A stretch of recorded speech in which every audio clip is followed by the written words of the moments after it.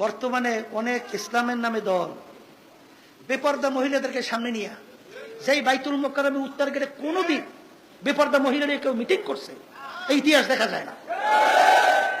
সেখানে আলেম নাম দিয়া সেই বাইতুল মোকাররম উত্তর গেটের মসজিদের সামনে বেপর্দা, মানে কি বলবো, যে মেয়েদের পোশাকাদি এত বিচ্ছিরি, এই তাদেরকে সামনে রেখা কিছু হুজুরের পিছনে দাঁড়ায়।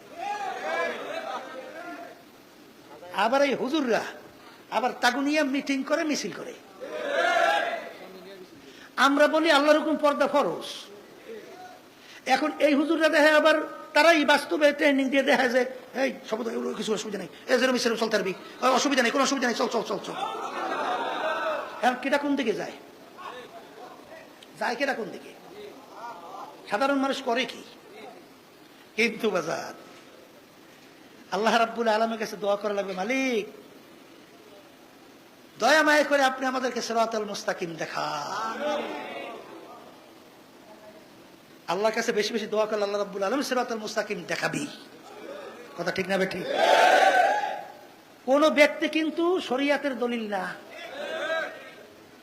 আমাকে বলে চলবো না পীর সাহেব, আমি শরীয়তের দলিল না।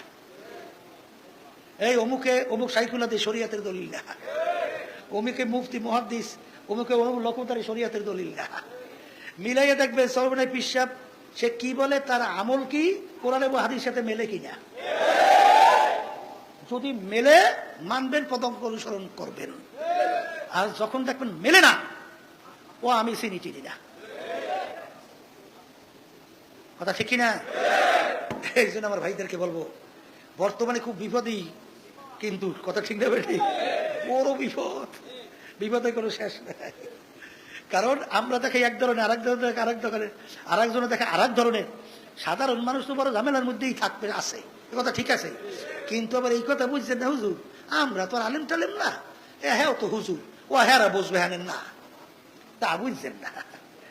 আপনি যে আলেমের পদঙ্ক অনুসরণ করবেন, সাহাবায়ে কেরামদের সঙ্গে তাদের আমল নায়েব যে দাবি করে, সেইটা মিল আছে কিনা।